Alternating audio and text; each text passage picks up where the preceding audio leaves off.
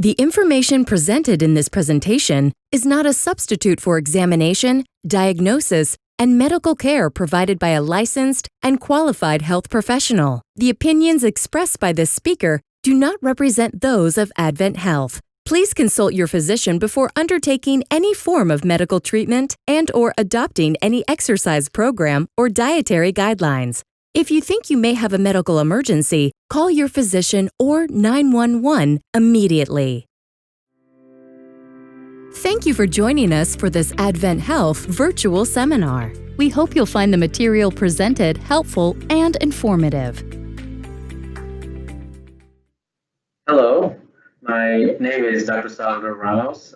Today we'll be talking about the minimally invasive bariatric surgery and also about the different kinds of bariatric surgery that we are offering in our program, the complication rates, the complications that can happen after this type of surgery is done, and we're also going to talk about the differences or even try to compare bariatric surgery just like gastric bypass or sleeve or even the band that we will just briefly say something about.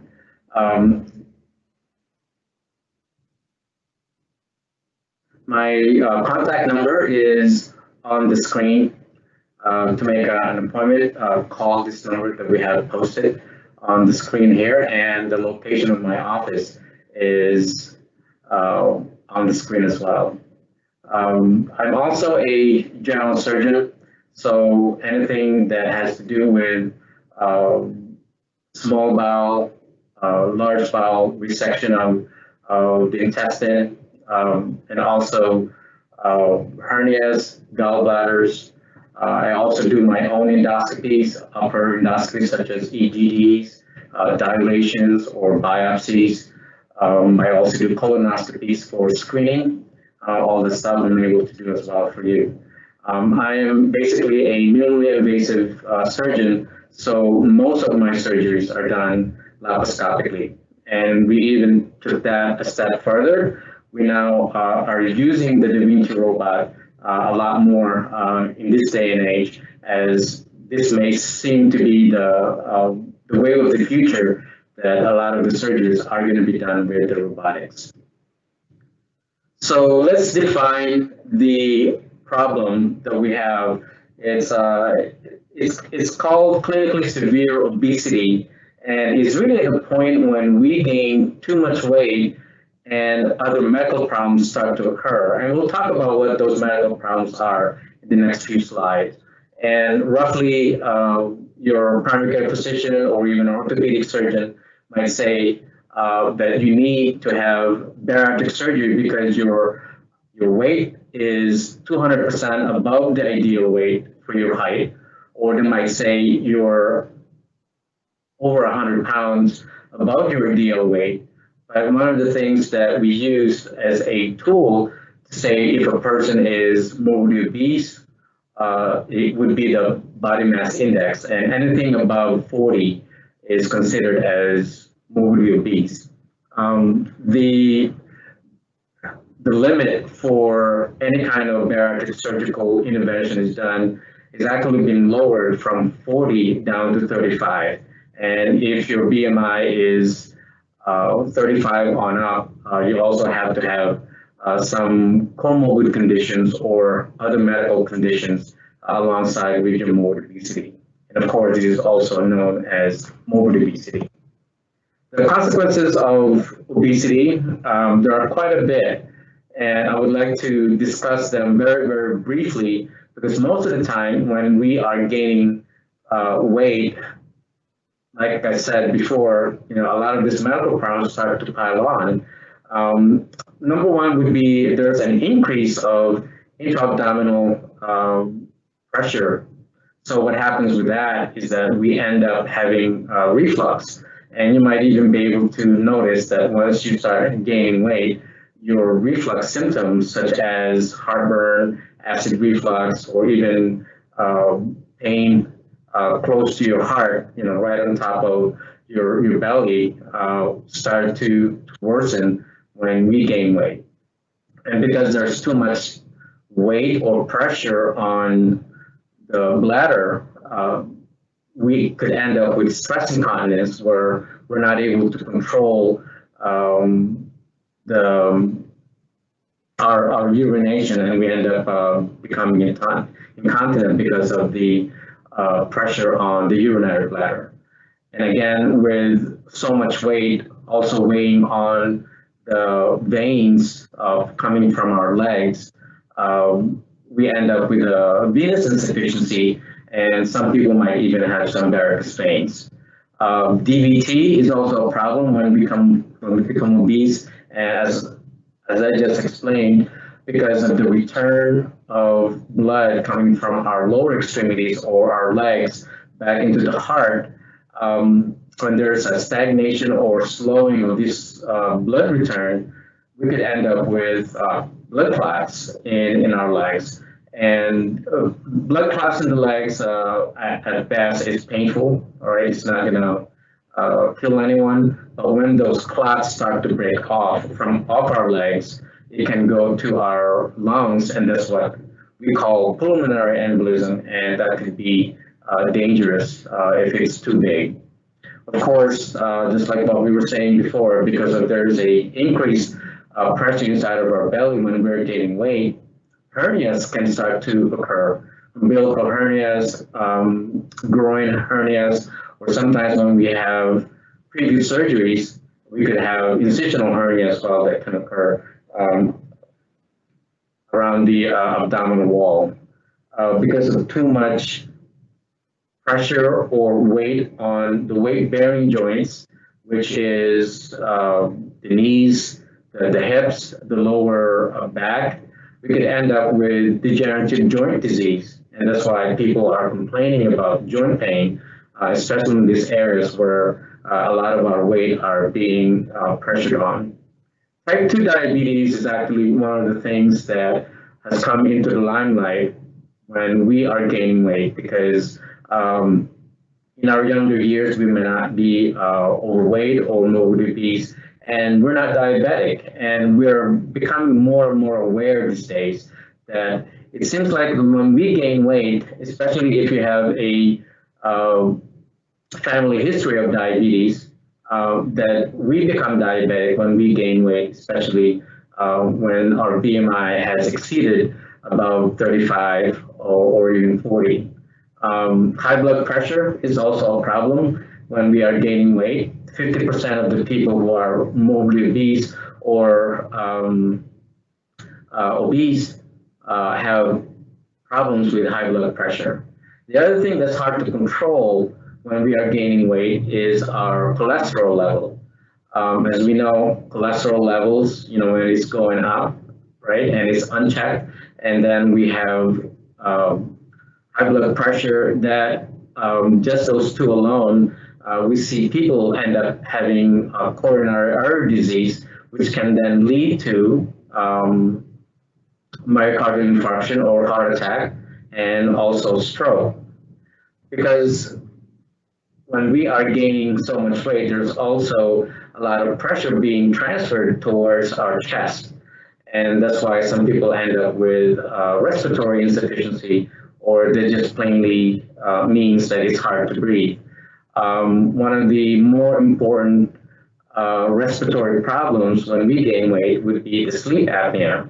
And 70% of those people who are morbidly obese or has gained too much weight end up with sleep apnea. So it comes to reason also that if you end up losing a bunch of this weight or a significant amount of weight, that the sleep apnea also goes away.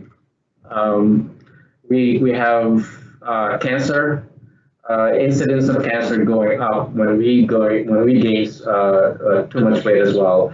And these are the things that seem to have a 2 to 3 higher incidence would be the breast, the endometrial or cervical, colon, and prostate.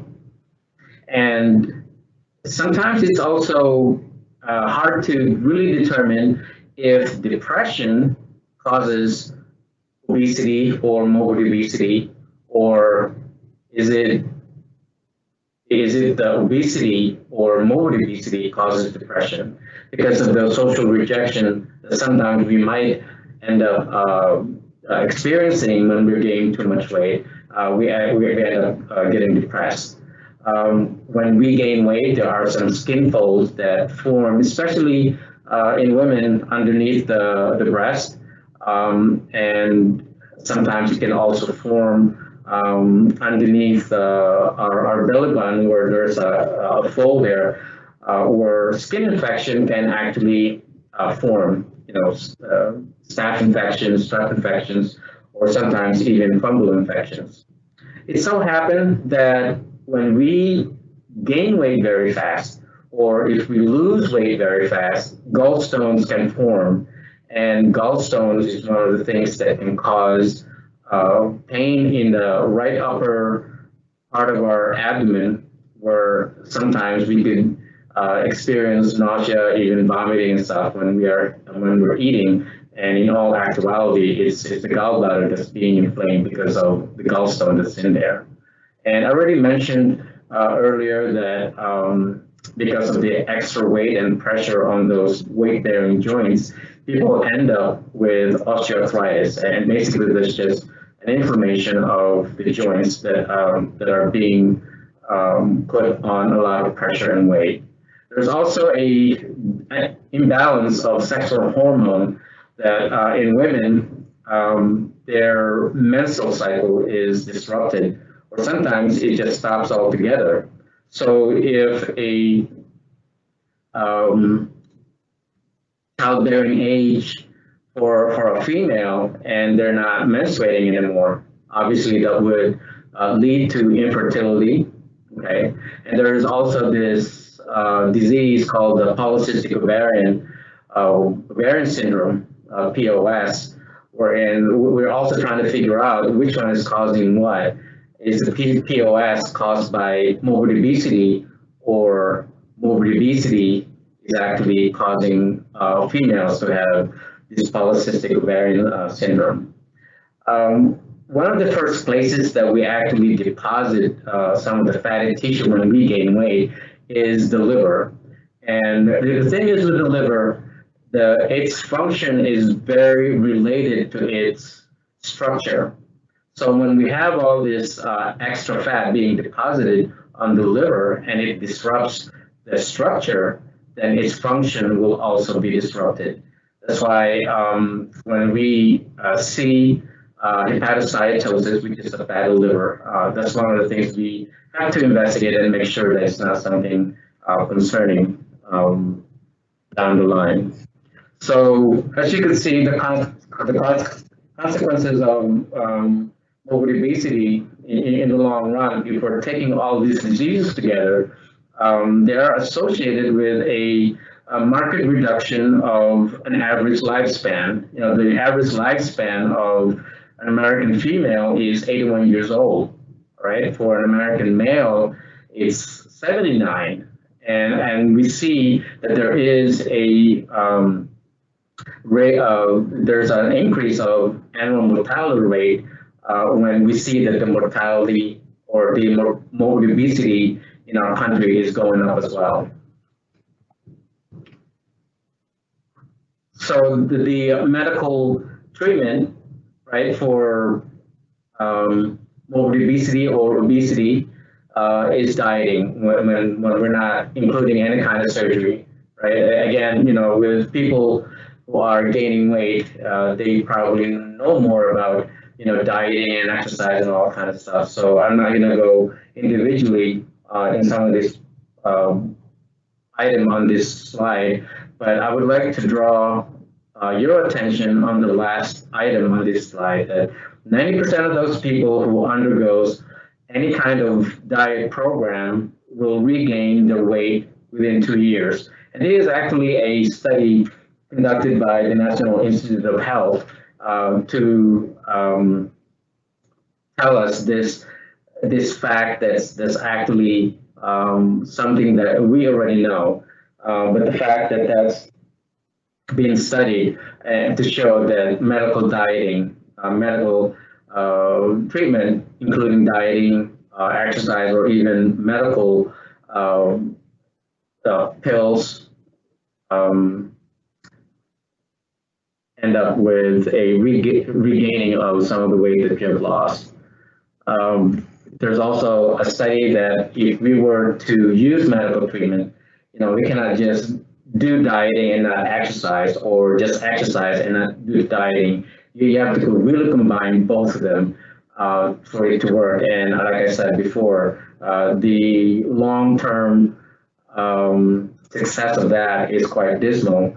And from the study that showed that within 2 years, you end up regaining that weight. And we all know it doesn't really even take 2 years, right?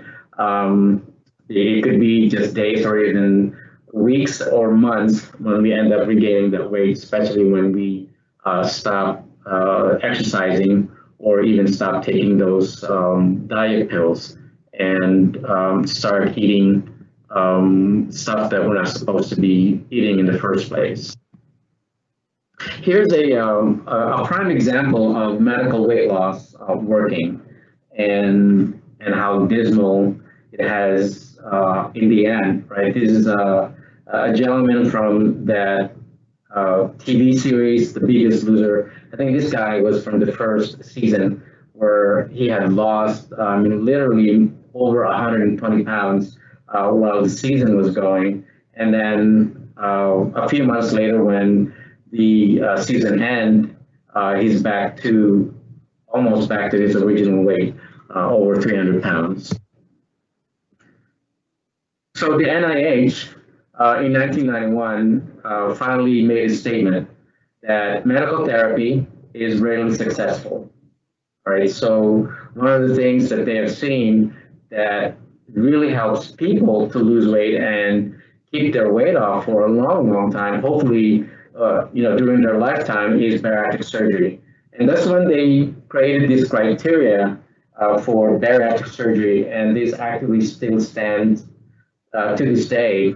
And this is what the insurance company are using as a criteria to approve the bariatric surgery for the patient.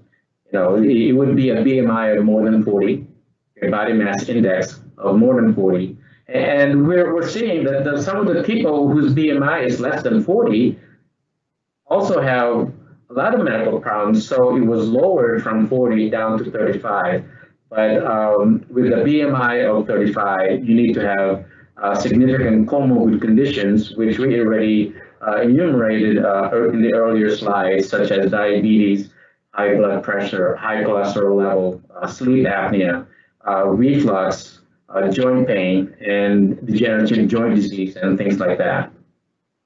And we also had to show the insurance company that we have made attempts in doing medical weight loss, and that's why most of these insurance companies are actually requiring that you have to go through a period of time where you have to talk to your primary care physician and or a nutritionist in trying to lose weight through the medical therapy.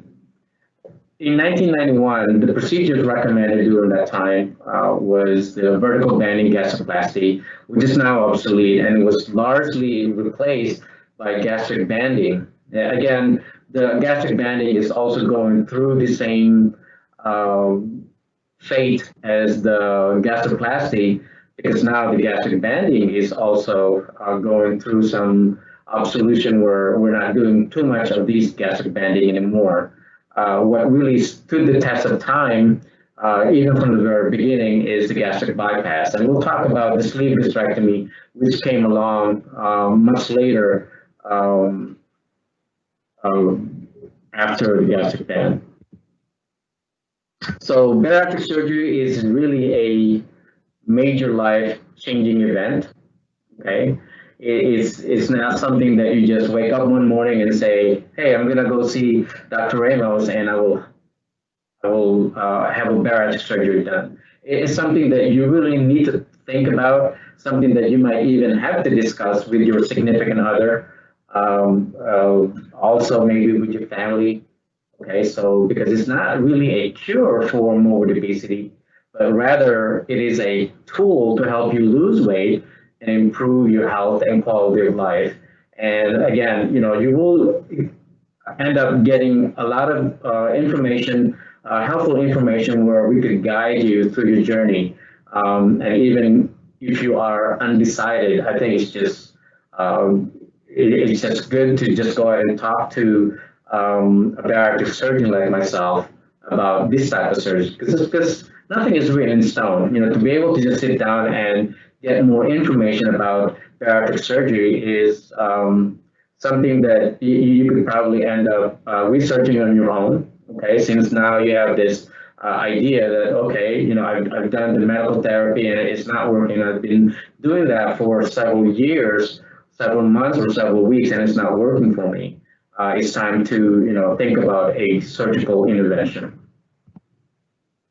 Benefits of having bariatric surgery, it has been proven that it does prolong life, because we already said that before, right? That when we are gaining weight and all these medical problems start to pile on, it does shorten people's life. So it stands to reason that if you end up shedding a significant amount of weight, a lot of these medical problems are either resolved or controlled. Well, obviously, your life would end up being extended. It reduced the chance of serious illnesses. We already talked about what those illnesses are. Your self-esteem may improve, right? Because we already said too that one of the things that can happen when we gain too much weight is that we become depressed, right? And then if we are able to successfully lose a significant amount of weight, we also tend to reclaim our self-esteem. And also we would feel confident and willing to try new things.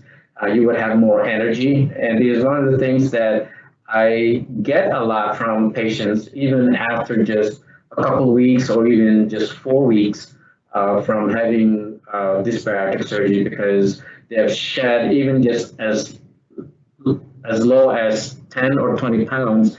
They could feel that they have unloaded some of that extra weight that they're carrying, literally every second of the day, that they would say, I could do more. And how much more if you end up losing 75 pounds, 100 pounds? And that's why there's a reduction of mortality and also a dramatic improvement of the quality of life. The types of surgeries that I will highlight during this talk is really the sleeve gastrectomy and the gastric bypass. And as I was saying before, the gastric band is going through some falling out of favor, and less gastric banding is being done, even though it's still available. Let's talk about the gastric bypass real quick. And it combines the restrictive and malabsorption. And again, I would be able to explain that better when I show you a picture of the gastric bypass itself. It is the second most common procedure done in the United States. It used to be the most common, but when the sleeve gastrectomy came along, that seems to be more popular than the gastric bypass these days. I put a question mark here. Is the gastric bypass the gold standard procedure for weight loss surgery? There are some surgeons, there are some talks that the sleeve gastrectomy could be the gold standard, but there are also some surgeons who are arguing that the gastric bypass, since it's been around so long, is really should be considered as the gold standard. When something is being called as the gold standard, it means that it is the best procedure. It could be the best machine, it could be the best car, or whatever it is, right? But when you say something is the gold standard, it's something that everything else is compared to. The expected weight loss from a gastric bypass is somewhere between 50 to 83% of your excess weight, okay? And that usually happens during the first year or even a year and a half, 2 years at the most. So that's pretty quick. And I would even say that during the first 6 months after a gastric bypass, you would have lost whatever it is that you could end up losing after surgery. After 6 months, you would have lost a good 50 to 75% of the excess weight that you're going to lose. You're going to end up losing from the gastric bypass. The complication rate from gastric bypass is going to vary, of course, from surgeon to surgeon, from program to program, and also is going to depend on how much medical problem a patient has. That's why I get a very wide range here that I placed here. So the name of the game when we are doing this type of surgeries, gastric bypass, the sleeve hysterectomy, or any other bariatric surgery, the name of the game is to keep the complication rate low. And I would like to really emphasize that bariatric surgery has become a very safe surgery in this day and age, and even the mortality rate has gone down quite a bit, from 0 all the way down to 0.2%. And from the last number that I've seen, this number is actually 0.6%, and that's quite low. The laparoscopic technique has increased in popularity, and more in this day and age, the surgeries that are being done are what we call minimally invasive surgeries. These are surgeries that are being done with keyhole incisions, very small, half an inch in size, a quarter of an inch in size, and we even take that a step further, that we're employing the help of a robot. So we're able to be more efficient with the laparoscopic bariatric surgery, and also be able to see what we're doing much better with better definition equipment and monitors. There is a permanent alteration of the GI anatomy, and I'll be showing that in the next few slides. And certainly there is no plan of reversal. Here's the stomach. It's just a little cartoon drawing. I separate out a portion of the top part of your stomach, okay? And then I go into your small intestine, and I literally attach the other end of that small intestine where I cut out, and I bring that up with that small portion of the stomach that I have created. So now your functional stomach will be that small pouch. We call it a gastric pouch. That is going to be your functional stomach, and that's where the food and fluid is going to go through. All right. So because it's a smaller portion of your stomach, it's easier to fill up. So that's actually the part that tells your brain, hey, look, you're full, you can stop eating. So aside from the literally, physically, you won't be able to eat as much as you did, you're actually not going to have the desire even to eat more, because literally this part of the stomach is telling your brain you're full. One of the things that the gastric bypass, why we don't feel hungry, is because of this. It's sometimes being called the hunger hormone, the ghrelin. And basically, in a normal setting, that's the chart on the left, the ghrelin level in our blood goes up and down. So when the ghrelin level is up, that's when we feel hungry. But when after a gastric bypass, the ghrelin level in our blood system, in our blood vessel, is very low. So there is hardly any signal going to the brain that it's time for you to eat. So you're not feeling hungry. So the result is you just don't feel very hungry. And at this time, it's not very clear how this really works, because there are literally 3,000 genes that work together in trying to determine, when we're going to be hungry, how satisfied we are after eating, or how much weight we end up losing, or how much weight we end up gaining. So it's a very intricate play of all these hormones and also signals to the brain and to the GI tract. So as far as the ghrelin, we're still trying to understand how it really works. the gastric bypass procedure, and this is the things that I wanted to highlight also during this talk, that there are a lot of complications, from the gastric bypass. And as I mentioned before, reducing the risk for this type of surgery, the gastric bypass, has been lowered over the years, especially now that we have the minimally invasive techniques. A lot of these complications has been reduced to almost in a level where we could make statements such as gastric bypass is now a safe procedure. So any type of surgeries that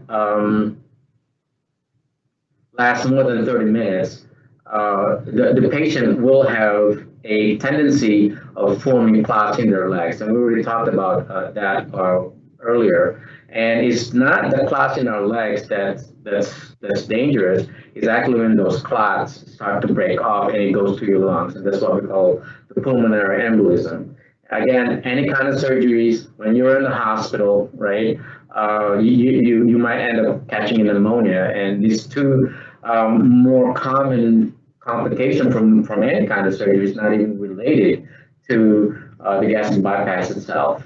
Again, bleeding, of course, because we're cutting into tissues, is a complication. Wound infection, but now the wound infection rate has gone down quite a bit because the incisions are becoming smaller, right? I mean, half an inch in size and quarter of an inch in size versus a midline incision that is 10 inches or even 12 inches long.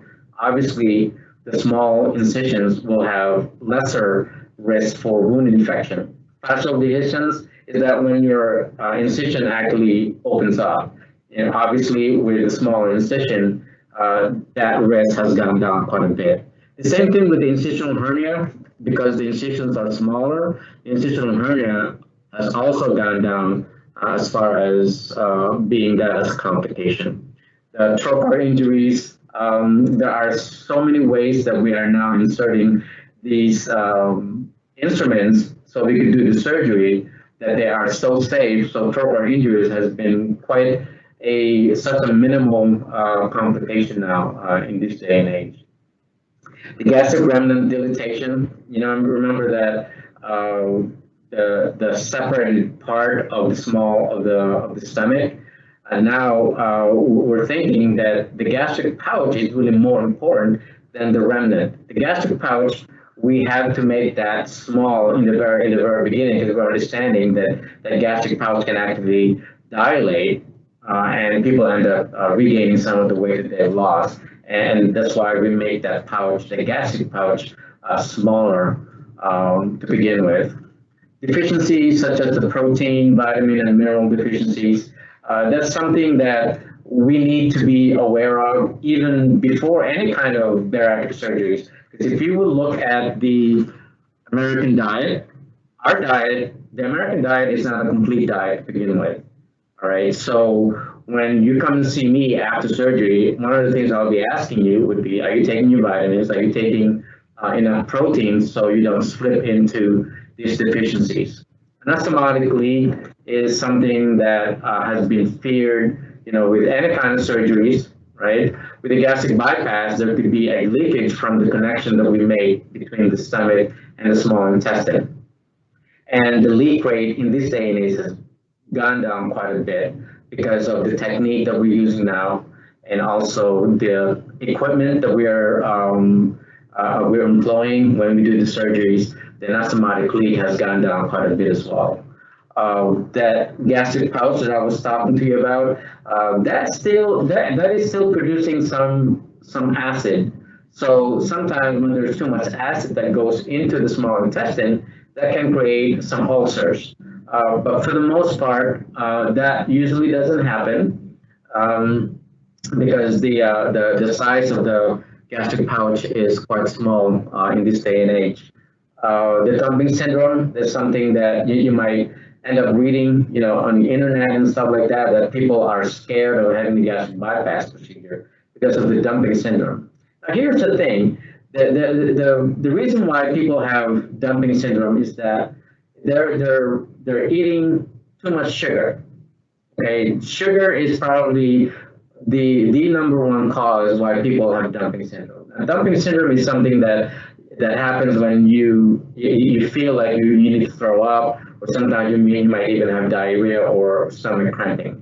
And the dumping syndrome, like I said, is caused by eating too much sugar. Now, after gastric bypass, you shouldn't be eating too much sugar in the first place, right? So the people who end up having dumping syndrome actually lose more weight than those people who don't have dumping syndrome. And it's because they're actually more careful with what they eat. So when you are actually choosing or making this helpful, healthy choices, your weight loss is actually better or more than someone who's not eating the right things. Transient hair loss, again, this is transient because of the imbalances of hormones, especially the sexual hormones, that could have some effect on the thickness of the hair. But again, this is very temporary. As soon as your weight stabilizes, you're not going to have any hair loss anymore, or your hair will thicken again. Bowel obstruction, this is any kind of belly surgery, any kind of abdominal surgeries can result into bowel obstruction. But because we're doing these surgeries laparoscopically, so the formation of scar tissue inside of the belly is minimal, so bowel obstruction is also down to a minimal as well. The death rate, like I was saying before, is now actually less than what I'm putting up here, 0.2. The last number I saw was actually 0.16.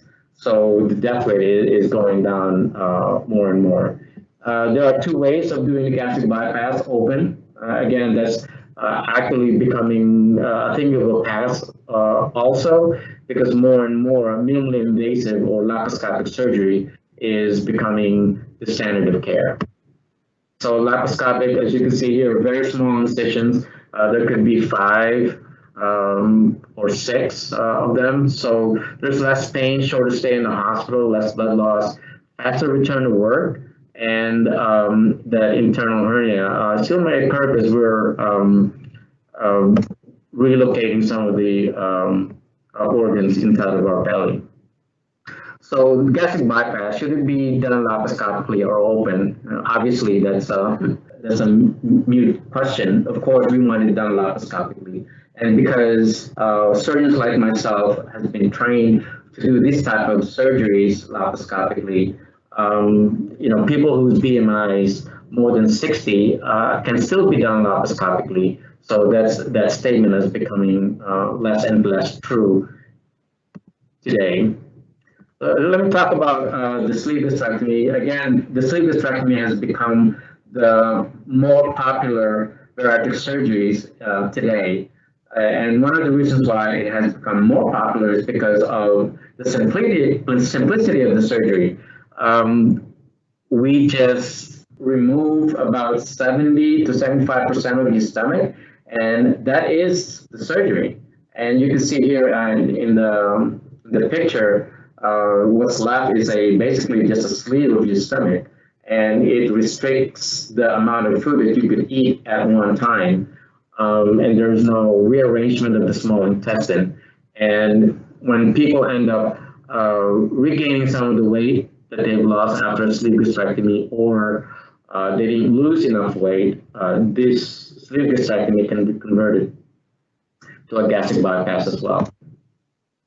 So the weight loss from a sleeve gastrectomy is somewhere between 45 to 55, or even as high as 65% of your excess weight over a period of 1 year, 2 years, or even 3 years. So it is a little slower than the gastric bypass, and it could be done laparoscopically or robotically. And again, the complication rate, this is actually a wide complication rate, but again, the complication rate with my patients is a lot lower than the national average. And also, it helps a person who's diabetic control their diabetes with a sleeve gastrectomy at a rate of 45 to 60%. The complication rate of sleeve gastrectomy is again very similar to the gastric bypass, and like I said, these numbers are going lower and lower each year.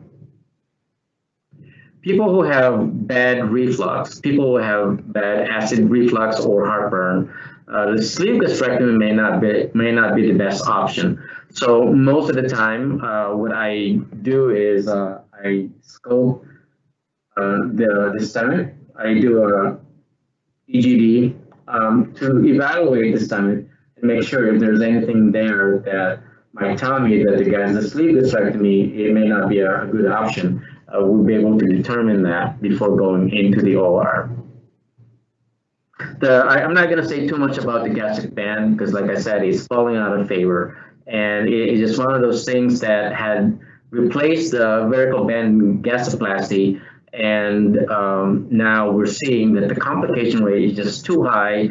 The satisfaction rate is too low. People are not losing satisfactory amount of weight from this procedure. So less and less this procedure are being done here in the States.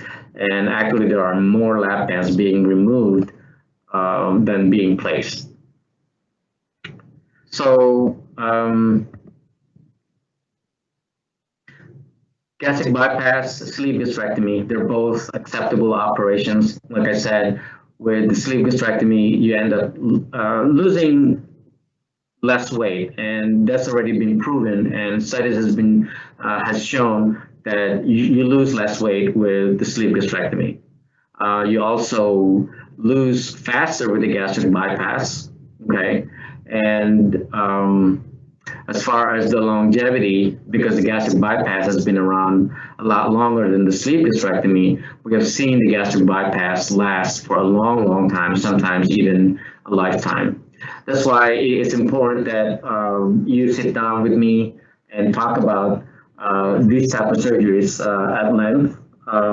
Talk about so you could have an informed, intelligent way of making your decisions, and that you're doing it for the right reasons. There's a long-term lifestyle modification. It's not something that, okay, I had the surgery and I'm just going to go back to the way I was eating before and not, be physically active. You still have to, do those things so you would lose the weight and maintain the weight off. The hospital stay for the sleeve gastrectomy is usually 1 day. Okay, I don't really do the swallow study anymore, especially when the sleeve gastrectomy went very well in the OR. The swallow study is you swallow a certain amount of dye, and then they shoot x-rays, and they try to follow the dye and see if there's any leaks. And like I said, because of the simplicity of the surgery, the leak rate from a sleeve gastrectomy is quite low. The hospital stay for the gastric bypass, you end up staying 1 to 2 days with the laparoscopic bypass. If you end up with an open procedure, like I said, open procedures are becoming a thing of the past. You end up staying a little longer. Again, we do the swallow study to check, make sure that there's no leak. But with me though, during the OR, when we were in the OR, I already checked if there's a leak or not by injecting a methylene blue dye into the stomach. And if I see anything blue leaking out, then I know that there's a leak, and I'm able to fix the anastomosis or the connection right away. So if you had these type of surgeries done, gastric bypass or the sleeve, rest assured that you are going to be well taken care of. Our program at Advent Health Ocala has been in existence more than 15 years. So we have the right equipment, we have the right beds, we have the right people taking care of you up in the floor, and we also have the programs that we're able to assist you with your journey before and after surgery. And the follow-up during that first year, you're gonna end up seeing me 5 or 6 times. So you'll really feel that when you have these type of surgeries, it's something that your surgeon would be able to make sure that you're doing well. So the question is, right, after everything's said and done, how much weight am I going to lose? Right? We already talked about some of the percentage, but on a week-to-week basis, 3 to 5 pounds a week is what we see on the gastric bypass. And this sleeve gastrectomy, like I said, is a little slower, right? 1 to 2 pounds a week. But then again, I can't guarantee that you're going to lose weight because it's a tool that I'm giving you, and if you're not using the tool properly, you're not going to lose the amount of weight that's really intended that you might have lost if you are doing what you're supposed to do. So alternatives, right? No surgery. Right? We already talked about all those medical problems that can be borne out if you don't lose that weight, and we already mentioned that surgery is the most successful way of losing that weight and keep that weight off, right? You could go back to medical treatment with a diet and exercise and even diet pills, and we already said that is rarely successful in the long run. You might say, no weight loss. No weight loss is very dangerous. We already talked about all the consequences of morbid obesity and not having those medical problems actually controlled by losing weight. Other bariatric surgeries, there are some bariatric surgeries that are being done. Again, that is usually decided on an individual basis. But the ones that I talked about, the gastric bypass and the sleeve gastrectomy, are the most common that are being done here in the States. If you're a female and you are in that childbearing age, I would recommend not to get pregnant for about 1.5 to 2 years. There's that small risk of neural tube defects, and that's more related to vitamin B12, folate deficiencies, and sometimes even some of the protein deficiencies that can occur.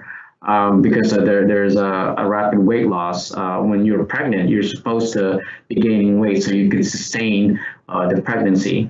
And the therapeutic levels of the oral birth control pills cannot be assured. Now, I put this in there because it's been mentioned in some of the studies that has been done, but for me, I haven't had any kind of patients telling me that after the gastric bypass, their birth control pills has not worked.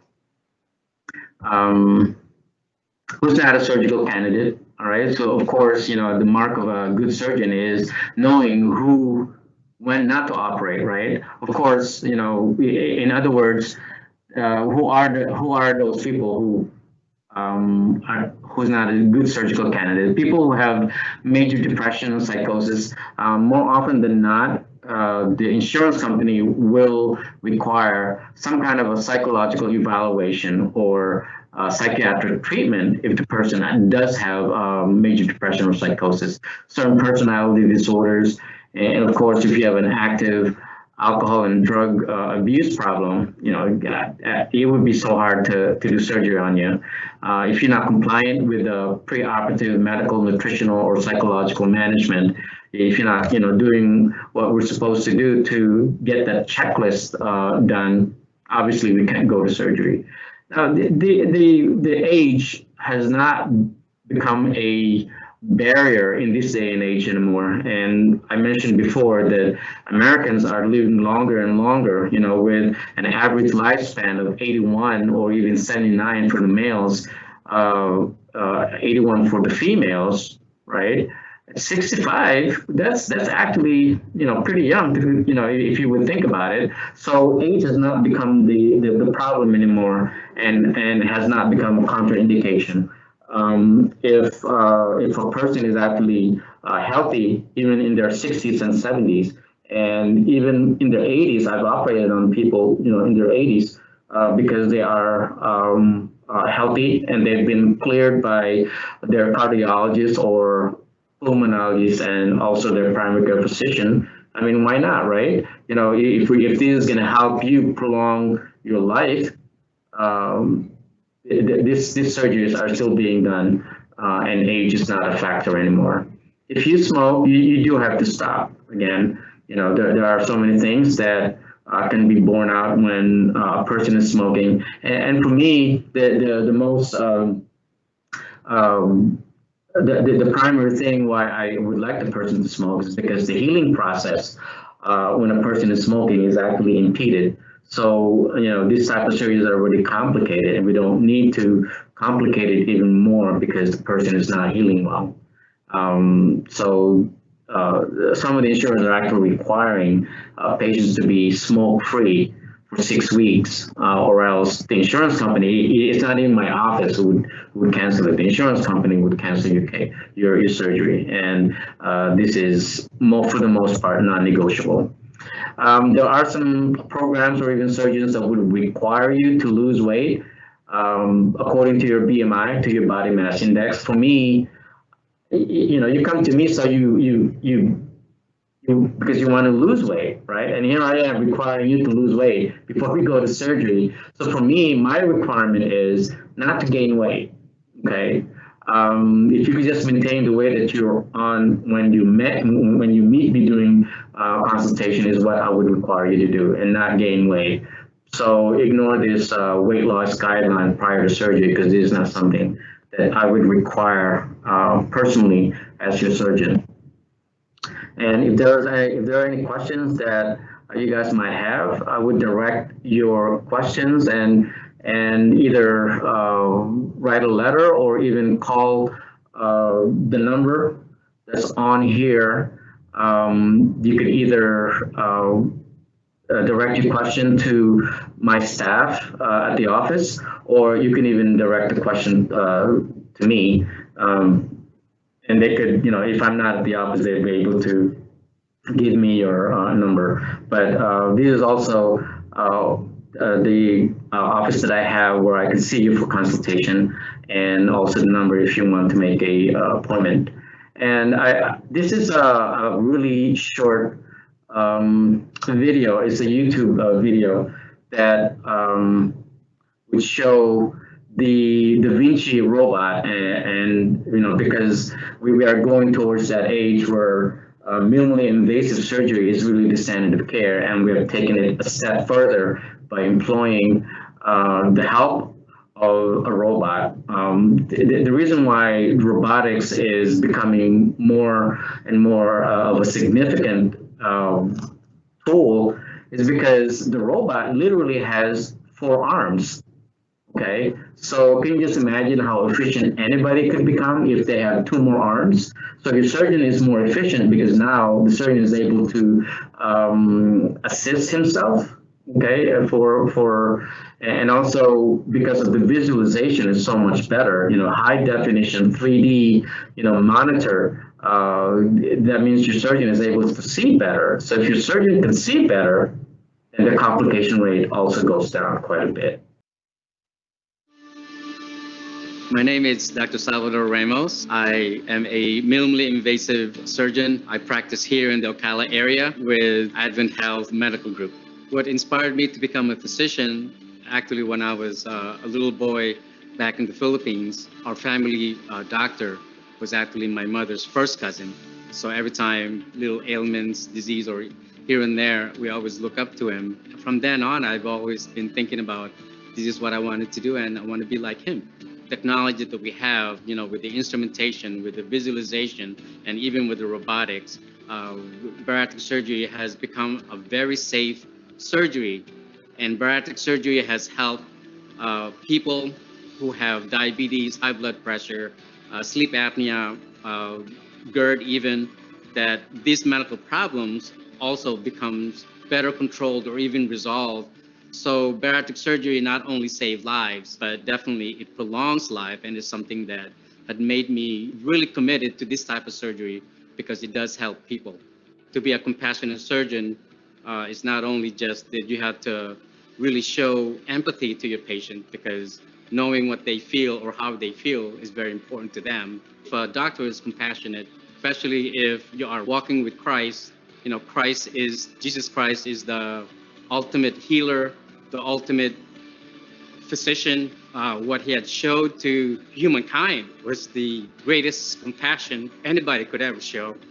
I am really excited to practice here in the Ocala area, and I'm looking forward to taking care of you and your family.